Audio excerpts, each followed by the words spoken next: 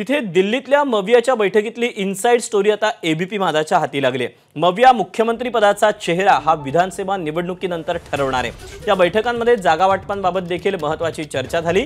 जागा वाटप करताना लोकसभा निकालातील मतांची टक्केवारी लक्षात घेतली जाणार आहे। ज्या जागांवर तिन्ही पक्षांचा दावा असेल तिथे सामंजस्याने तोडगा काढण्याचं या बैठकीत ठरलंय।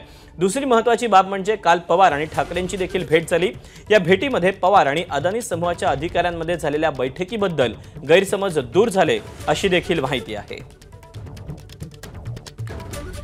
दरम्यान दिल्लीमध्ये जी बैठक पार पडलेली आहे या बैठकीची इनसाइड स्टोरी आपण आता पाहूया।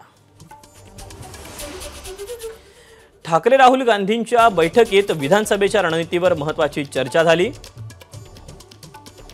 पुढील महिनाभरात जागा वाटप करण्याबाबत चर्चा करण्यात येईल।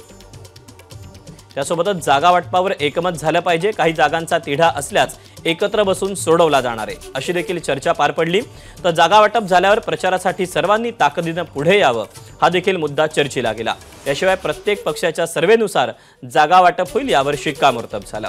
तर निवडणुकीनंतर मवियाचा मुख्यमंत्री पदाचा चेहरा ठरेल हा एक अतिशय महत्त्वाचा मुद्दा यामध्ये चर्चेला गेला। तर ठाकरे पवार काँग्रेससोबत महाराष्ट्रात आप आणि सपासारखे पक्ष मदत करणार आहेत। तर भाजपचा पराभव हा मवियाचा एकमेव उद्दिष्ट असल्याचं या बैठकीमध्ये ठरलं गेलंय। तर शरद पवार आणि ठाकरे भेटीत देखील अदानी आणि धारावी बद्दलचे गैरसमज दूर करण्यात आले।